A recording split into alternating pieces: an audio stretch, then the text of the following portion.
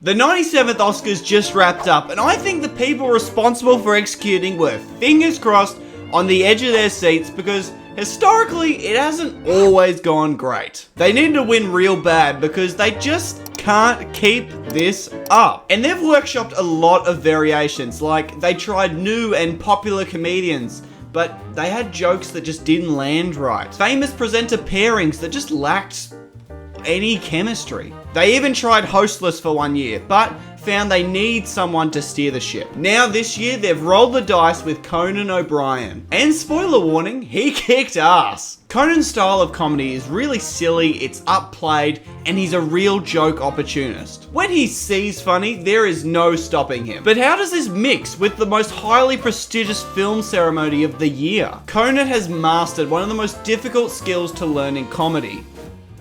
Balance. A lot. Actually, too many comedians push the boundaries of what's socially acceptable to talk about in their comedy, trying to get the audience to laugh at something they otherwise wouldn't. And it works. It's really funny. Some comedians that solely do them types of jokes or that brand of comedy really suffer when a joke doesn't land. It could possibly come across as a bigoted comment rather than the punchline. But this is where Conan's genius comes into play. He takes a similar risk as the edgy comedian would do, except it's usually in a visual gag or an action that he's actually doing. So if the joke falls flat and no one laughs, there's no nasty comment left in anyone's mouth. And all that's left is an incredibly tall man acting in a silly way. And it actually gives Conan a plan B. He can be self-deprecating, therefore making the act funny, so you don't even need context to laugh. But one thing I want to clear up and respond to is the sentence, Conan is synonymous with self-deprecating humor, when that is far from the truth. Conan has range, and he jokes about everything he finds funny. And his real skill is to bring the audience and everybody else in on the joke. At the Oscars, he literally made jokes at others' expense. And he did this a lot. If it was bringing up Carla Sofia Gascon's old tweets, or comparing Timothée Chalamet to an unborn baby. And he gets away with this because we're all laughing together. And it helps so much that he has this underlining kindness towards anyone he meets. And trust me, kindness is few and far between in late night. That's not really the video I'm trying to make right now, but just know that Conan is one of the most highly respected late night hosts ever. And a big reason is he's just so damn respectful. And with that respect, just makes him a perfect match for like any kind of hosting. And particularly the Oscars. He knows the audience and everyone watching at home is a huge movie fan. So what does he do to start his monologue?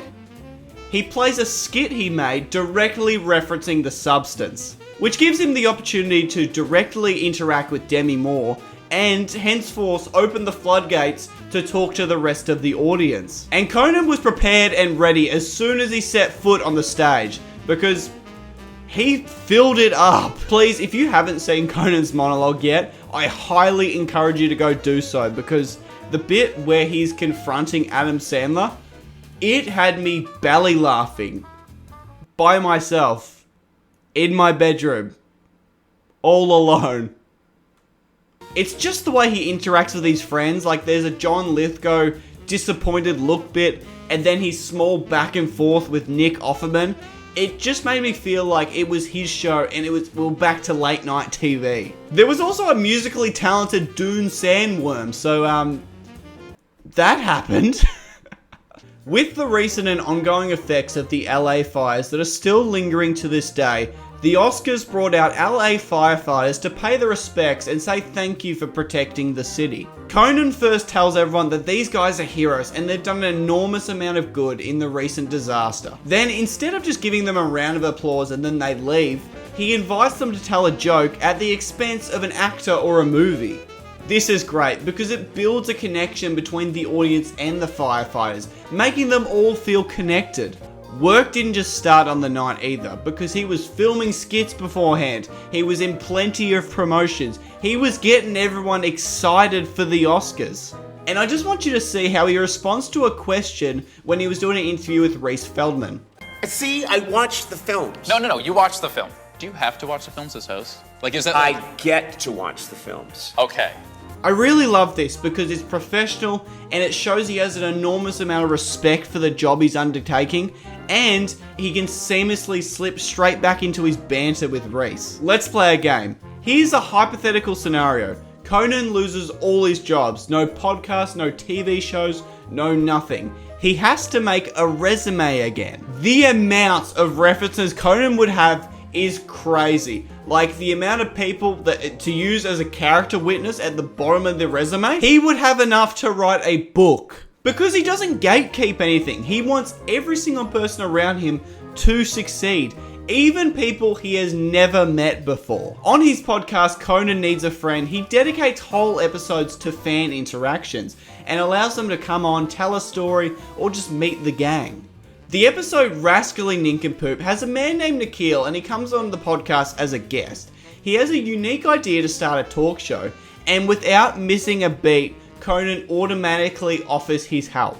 Listen to this. Well, I like you. You're a fine fellow. I think, and I do think you've got what it takes. I really do. I think you're a natural. Do you think that I'd be able to help you get your concept for a talk show where you go to people's houses? Do you think I could help you get that off the ground if I came to Bangalore? Absolutely. I mean, for starters, I'd love to do a full pilot with you. Perhaps in your hotel room or my bedroom right here. We could shoot one of these episodes. That sounded weird the way I said it, but the episode would be completely fine. No, it's not strange at all. It's totally normal in this business. Circling back to the Oscars, there have been many hosts to also find success. Jimmy Kimmel engages the audience in the room very well, while someone like Ricky Gervais entertains the audience at home really well. He just doesn't care what's happening in front of him. But Conan's found something that we've touched on earlier. Balance. He made it entertaining, engaging, and most of all, a safe environment for everyone to have fun. Because at the end of the day, what is the Oscars but a celebration? Should Conan host every year? My answer is, if he wants to, don't you dare stop him. Because with over 30 years experience, which he puts every single one of them into practice, he makes it just a beautiful show for everyone. Conan, you are truly the best to ever do it. And that's pretty much it from me, guys. Full disclosure though, I am a massive Conan O'Brien fan. He's just really shaped the way I see comedy, and I look up to him a lot. I could have probably made an hour video of just admiring of how he's approached all his accomplishments, but I kind of want to narrow it down just to the Oscars, which now I think about it, I still kind of got sidetracked. And in my usual videos, I try to make them a little bit more comedic, but I just wanted to make this and it felt right. So if you like this, let me know in the comments and subscribe, because that would be great. Thank you very much. I hope you enjoy this video. See you later, guys. Bye. See ya. Peace out.